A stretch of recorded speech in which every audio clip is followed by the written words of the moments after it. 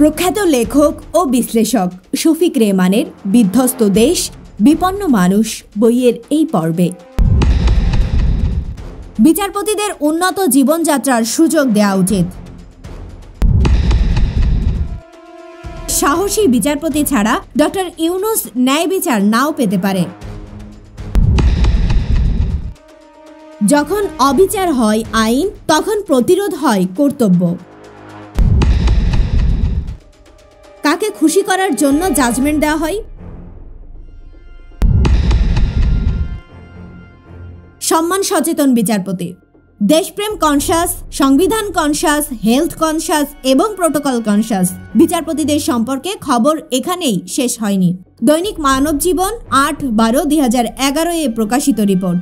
5 জুলাই কলকাতায় গিয়েছিলেন সুপ্রিম কোর্টের আপিল বিভাগের বিচারপতি মোহাম্মদ মমতাজ উদ্দিন আহমেদ। সেদিন তাকে অভ্যর্থনা জানাতে বিমানবন্দরে হাজির হননি কলকাতায় নিযুক্ত বাংলাদেশের কোনো কূটনৈতিক। ওয়ারেন্ট অফ প্রেসিডেন্ট অনুযায়ী কোনো প্রোটোকলও তাকে দেওয়া হয়নি। একই দিনে কলকাতা সফরে ছিলেন প্রধানমন্ত্রী 2 উপদেষ্টা মশিউর রহমান ও ডক্টর গওহার রিজভী। সেদিন 2 উপদেষ্টাকে নিয়ে ব্যস্ত ছিলেন কলকাতা মিশনের কর্মকর্তা। ব্যস্ততা এবং প্রয়োজনীয় লোকবল না থাকায় বিচারপতিকে প্রোটোকল দিতে পারেনি তারা। এ ঘটনায় জারি করা একটি রুলের শুনানিতে উঠে এসেছে এ তথ্য। হাইকোর্টের নির্দেশ অনুযায়ী গতকাল হাজির হয়েছিলেন কলকাতায় নিযুক্ত বাংলাদেশের deputy high commissioner Mostafizur Rahman ও প্রথম সেক্রেটারি আনোয়ারুল ইসলাম। তাদের বক্তব্যেই উঠে আসে এ তথ্য। তবে তাদের এই বক্তব্যে অসন্তোষ প্রকাশ করেন হাইকোর্ট। সতর্ক করে দেওয়া হয় তাদের, ভবিষ্যৎ বিচারপতিরা যেসব দেশেই যান না কেন সেখানেই আইন অনুযায়ী প্রাপ্য প্রোটোকল যেন তাদের দেয়া হয়, এই ব্যাপারে প্রজ্ঞাপন জারির জন্য পররাষ্ট্র সচিবকে নির্দেশ দিয়েছেন হাইকোর্ট। সাধারণ নাগরিকদের আইন অনুযায়ী দেখভাল করার জন্যও বলা হয়েছে। বিচারপতি AHM শামসুদ্দিন চৌধুরী এবং বিচারপতি জাহাঙ্গীর হোসেন সেলিমের হাইকোর্ট বেঞ্চ গতকাল এ নির্দেশ দেন। নির্দেশ পালনের ব্যাপারে অগ্রগতি প্রতিবেদন আগামী 5 জানুয়ারির মধ্যে দাখিল করতেও পররাষ্ট্র সচিবকে বলা হয়েছে। কলকাতায় নিযুক্ত 2 কূটনীতিক গতকাল দুপুরে আদালতে বক্তব্য উপস্থাপন করেন। তাদের পক্ষে উপস্থিত ছিলেন অ্যাটর্নি জেনারেল মাহবুবে আলম এবং অতিরিক্ত attorney general AKM Rahman. Writ আবেদনের পক্ষে ছিলেন আইনজীবী মঞ্জিল মোরশেদ। হাইকোর্ট শুরুতেই 2 কর্মকর্তার কাছে জানতে চান, একজন সচিব অথবা অতিরিক্ত সচিব গেলেও আপনারা দৌড়ে যান, অথচ সুপ্রিম কোর্টের একজন বিচারপতিকে কেন আপনারা রাস্তায় ফেলে দিলেন? কেন তাকে প্রোটোকল দিলেন না? এ সময় 2 কর্মকর্তা প্রধানমন্ত্রী 2 উপদেষ্টা সফর ও লোকবল সংকটের কথা বলেন। এ সময় আদালতে অসন্তোষ প্রকাশ করে বলেন, এবারের মতো আপনাদের ক্ষমা করে দেওয়া হলো, ভবিষ্যতে কোনো ক্ষমা করা হবে না। আপিল বিভাগের বিচারপতিকে প্রোটোকল না দেওয়ার ঘটনায় গত জুলাই মাসে মঞ্জিল মোরশেদ সহ 3 আইনজীবী হাইকোর্টে রিট আবেদন দায়ের করেছিলেন। সেই সময় হাইকোর্ট রুল জারি করেছিলেন। একই সঙ্গে 2 কর্মকর্তাকে তলবও করেছিলেন। বিচারপতিদের উন্নত জীবনযাত্রার সুযোগ দেওয়া উচিত। খুব ছোটবেলায় জহর গাঙ্গুলি অভিনীত একটি হিট মুভি জজ সাহেবের নাতনির কথা মনে পড়ছে। ওই সময়ে জাজদের প্রভাব ও প্রতিপত্তি, খ্যাতি ও সম্মানের সঙ্গে কিছুটা পরিচয় হয়। পরবর্তীকালে আমার বড় মামির পিতা কলকাতা হাইকোর্টের chief justice sir Syed Nasim আলীকে পার্ক সার্কাসে তার বাড়িতে কয়েকবার দেখার সৌভাগ্য আমার হয়েছিল। আমি বিশ্বাস করি বাইরের জগৎ থেকে বিচারপতিদের ইনসুলেটেড রাখার জন্য তাদের ভালো বেতন, বাড়ি, গাড়ি এবং উন্নত চিকিৎসা ব্যবস্থা করা উচিত।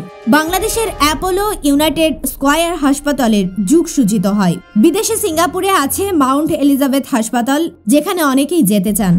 বিচারপতিরাও এসব ব্যয়বহুল হাসপাতালে যেতে চাইতে পারেন এবং সেটাই সঙ্গত। তবে তার জন্য তাদের সত্যই দেশপ্রেমিক ও ন্যায় বিচারক হতে হবে, ন্যায় বিচার বা জাস্টিস কনসাস হতে হবে এবং অবশ্যই রাজনৈতিক প্রভাব বলয়ের বাইরে থাকতে হবে। নতুবা এই ধরনের ভাতাকে অর্থনৈতিক বলতে পারেন ব্যারিস্টার রফিউল হক প্রমুখ।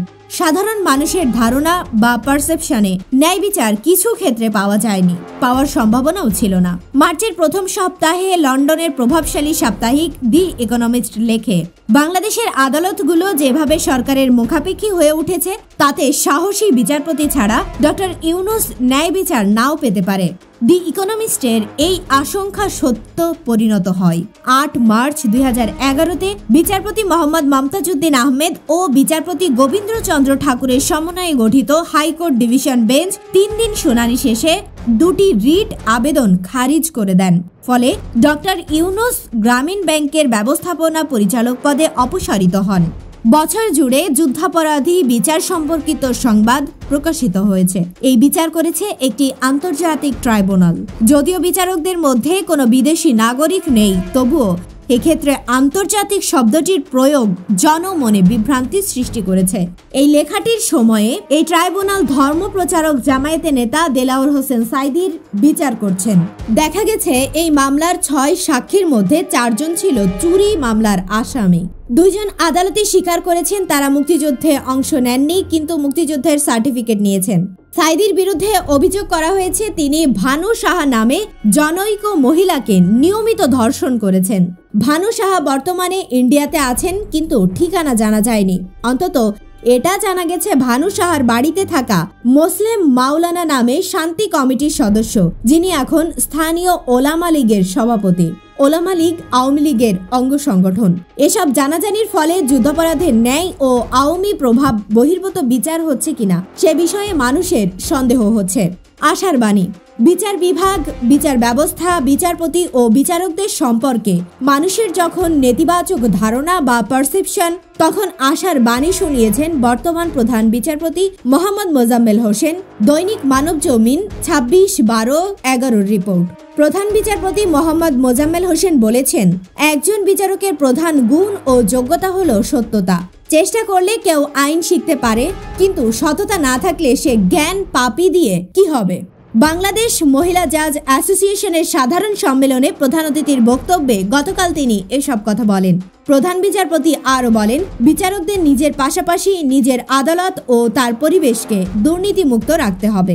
মনে রাখতে হবে, জনগণের ঘামের অর্থে আমাদের বেতন দেওয়া হচ্ছে, তাই নিষ্ঠার সঙ্গে জনগণকে ন্যায় বিচার ও সর্বোচ্চ সেবা দিতে হবে। তিনি আরও বলেন, কাউকে খুশি করার জন্য জাজমেন্ট দেওয়া যাবে না। আমার সময় 26/12/2011। কাকে খুশি করা হয়?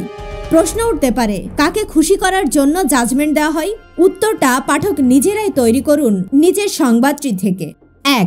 বর্তমান আওয়ামী লীগ সরকার ক্ষমতায় আসার 3.25 বছরে হাইকোর্ট বিভাগে 51 জন বিচারপতি নিয়োগ দিয়েছে। 6 দফায় সরকার এই নিয়োগ দিয়েছে। প্রতিটি নিয়োগের ক্ষেত্রেই প্রাধান্য পেয়েছে দলীয় বিবেচনা। আরও 5 জন বিচারপতি নিয়োগ প্রক্রিয়া চলছে বলে জানা গেছে।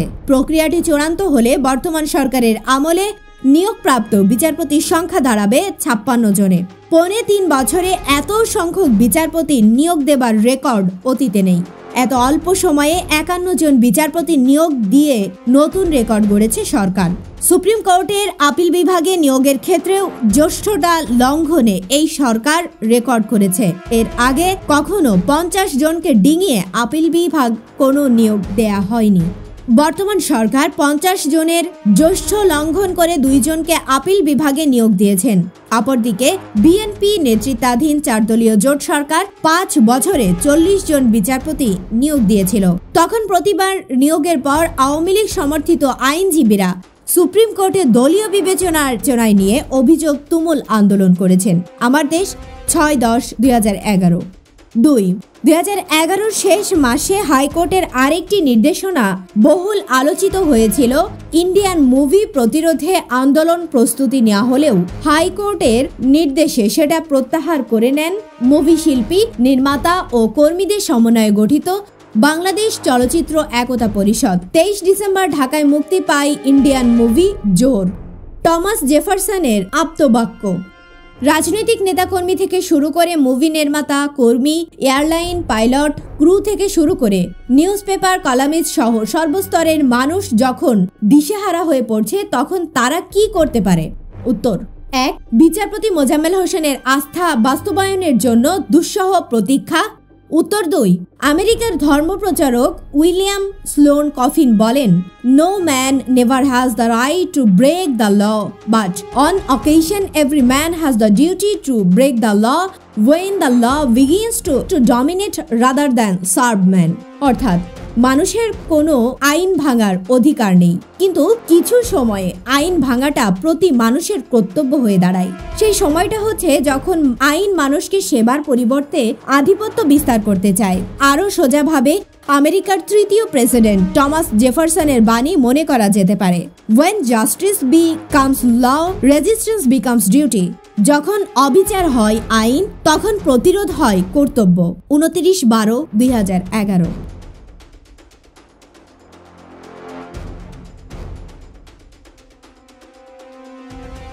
বিধ্বস্ত দেশ, বিপন্ন মানুষ বইয়ের অডিও বুকটি নিয়মিত পেতে চ্যানেলটি সাবস্ক্রাইব করে সঙ্গে থাকুন। ভালো থাকবেন।